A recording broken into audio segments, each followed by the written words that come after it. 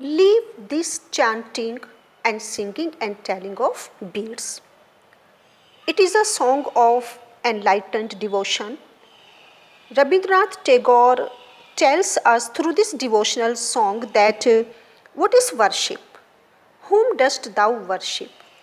What is worship or what is real worship? Real worship doesn't mean chanting devotional songs and counting beads, but it means performing purposeful physical labor.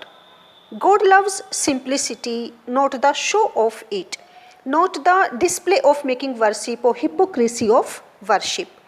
If we want to realize God, we should do hard work, and we should support the farmers who cultivate lands and feed millions of people, or the workers who make roads by breaking stones, so that the world may be a better place. God loves those simple person, and he lives with these kinds of honest, selfless and hardworking people. This is why Tagore advises those devotees of God who are on the wrong way of their devotion to God, that they should not seek God in temples, they should not try to find him out in churches or in mosques, but God may be found only among the simple, honest or hardworking people. So, to find him out, we must work very hard with sincerity and with honesty, with full devotion, if we have this desire to find him out. Work is worship.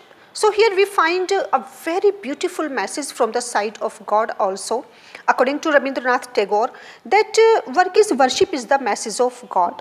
What God loves, he loves truth, reality, simplicity, honesty, and hard work. Only through all these qualities we can realize God very well in our lives.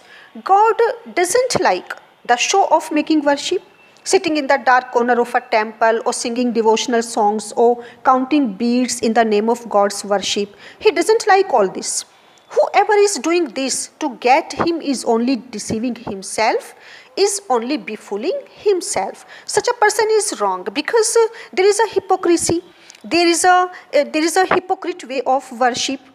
Through this, Tagore tells the worshippers of God very frankly that they cannot find God like this, and God can be found only if they work like farmer who plows his field and grow food for the millions of human beings. The worker is very poor and he is hated generally by the rich, but he is loved by God for his hard work, because he is earning his livelihood through hard work and with honesty. They don't even care for their clothes, for their comforts, and they work very hard even in hot sun or even in rain. God likes these people. He loves them and he lives with them. These simple, poor, hardworking people dwell in God's heart. God doesn't live, according to Rabindranath Tagore, that he doesn't live in temple, in mosques or in churches. He doesn't love even praying, counting beads, burning incense sticks, burning of lamps, or even the precious garments, the holy dresses, or chanting any kind of mantra to please him. No, he doesn't like all these kinds of things. All these seems to be very hypocrite to him, and he regards that it is a hypocrisy. It is simply a show off, a display from the side of human beings. It doesn't affect him, not even a bit. All this is a waste of time, waste of energy. We can say that who all are doing all this to please God, to seek God, to get his favor, are making mistake, and they are wasting even their lives.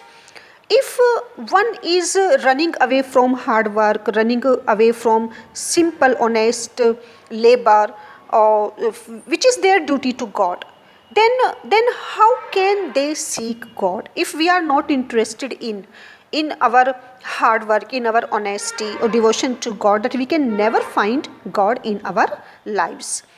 Because there are some people, there are some worshippers who think that physical labor is beneath their dignity. So here they are wrong.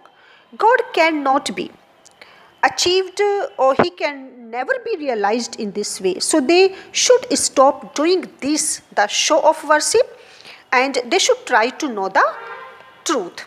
That what is the truth? Here we find a very wonderful word, that is deliverance. Rabindranath Tagore is very sharp here when he uses this word deliverance. Deliverance, that is salvation, moksha, renunciation of, we can say, to set free someone or to be free or to get freedom, deliverance. Tagore asks the worshippers, he asks his worshippers, where is this deliverance to be found?